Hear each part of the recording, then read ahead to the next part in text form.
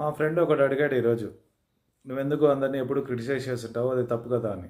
నిజమే, నేను ఎప్పుడు మనిషిని క్రిటిసైజ్ చేయను. మనిషిలో మంచి ఉంటే మంచి అనే చెప్తాను, చెడు ఉంటే అది చెడు అనే చెప్తాను.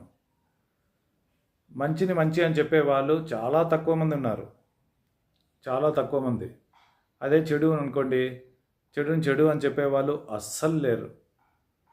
దొంగలు ఊరు అంటారు చూడండి, అట్లాగా ఉంది ఇప్పుడు.